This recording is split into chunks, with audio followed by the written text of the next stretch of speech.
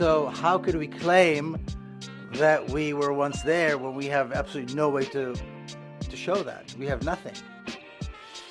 So we're not really from there. We're not really native. We're not really from there. We're not really native. We're not really from there. We're not really native. Buzzing, radars is buzzing. Yes, I am. Yeah, yeah, yeah, yeah, yeah, yeah, yeah, yeah, yeah, yeah. The only reason there is a Palestinian resistance is because the Palestinians were thrown out of their land, Palestine was occupied, and Palestinians live under a brutal regime, which is very similar to the apartheid regime that used to exist in South Africa. Therefore, there is resistance. If that didn't exist, if there was no occupation of Palestine, if Israel did not violently kill and oppress Palestinians, there would be no Palestinian resistance. So you can't blame the victim for resisting.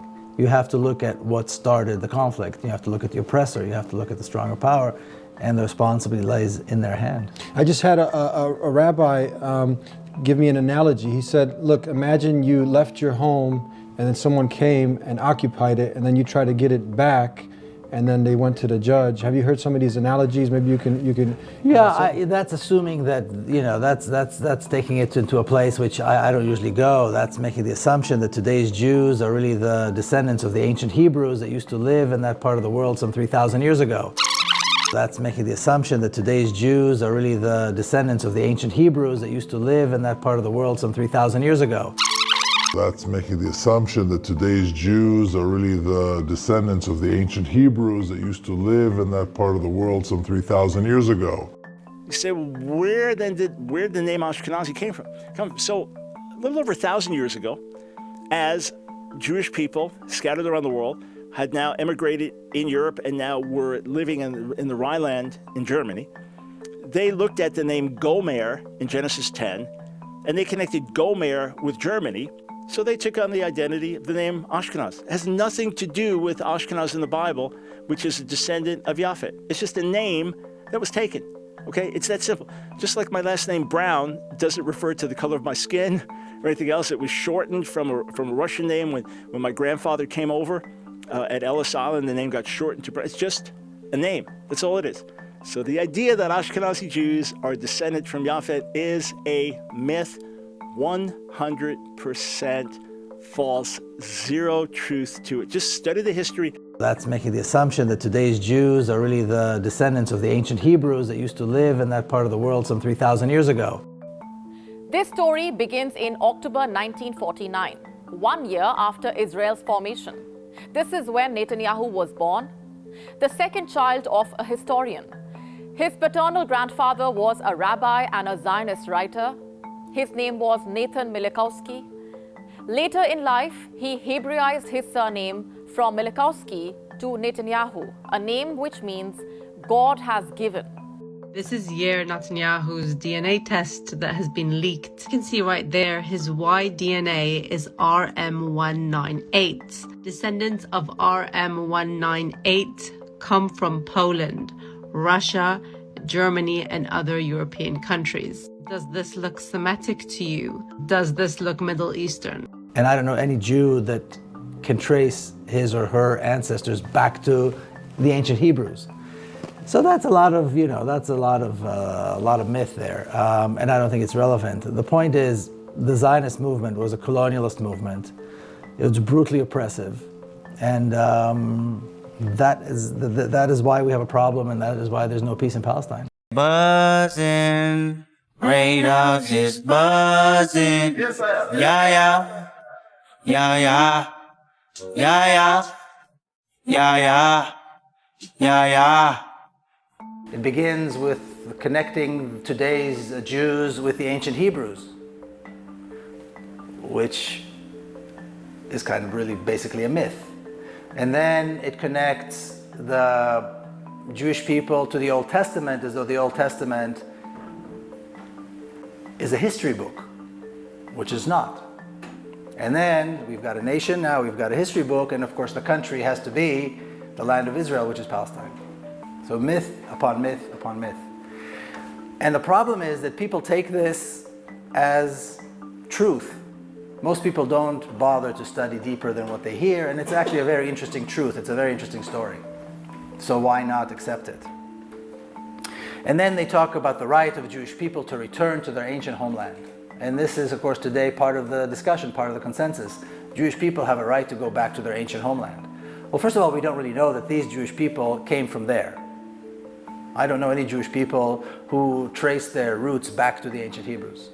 Today, it is prohibited, and you can Google this, to do a DNA test in Israel.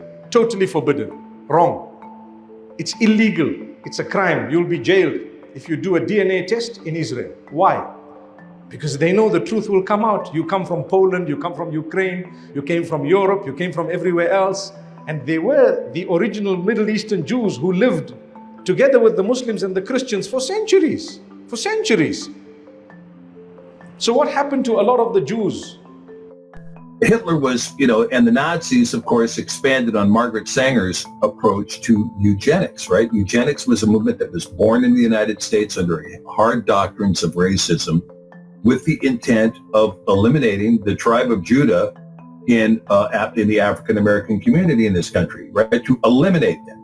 We're finishing now part 2,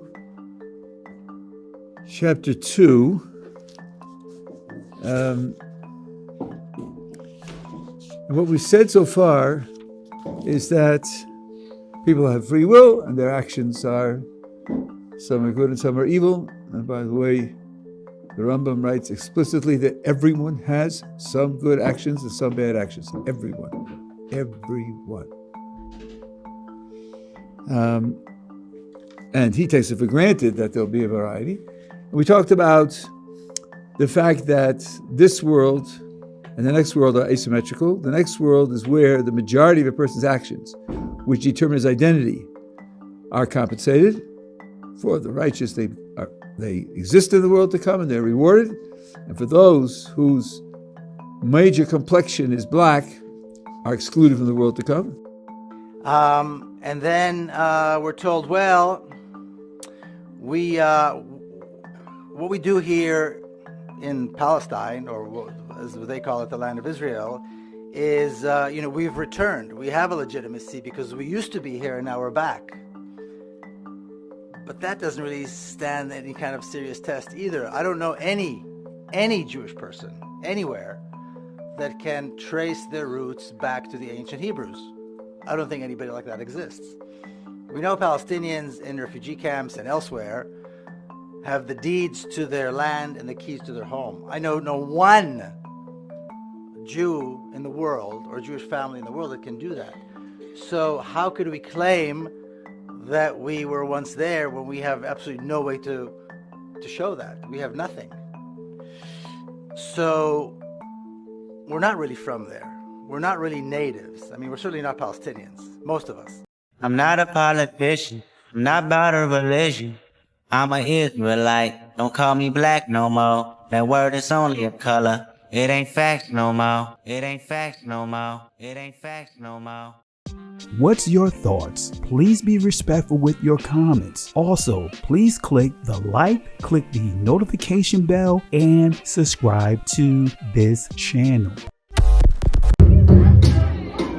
Listen, Genesis chapter 11 verse 10 explains the genealogy of Shem. Shem was a black man in Africa. If you repeat this back, Genesis 14 verse 13, Abraham steps on the scene. Being a descendant of Shem, which is a fact, means Abraham too was black. Abraham, born in the city of a black man, called Nimrod, grandson of Ham. Ham had 4 sons. One was named Canaan. Here, let me do some explaining. Abraham, Isaac was the... Jacob had 12 sons, for real, and these were the children of Israel. According to Genesis chapter 10, these were the children of Israel. According to Genesis chapter 10, these were the children of Israel. According to Genesis chapter 10.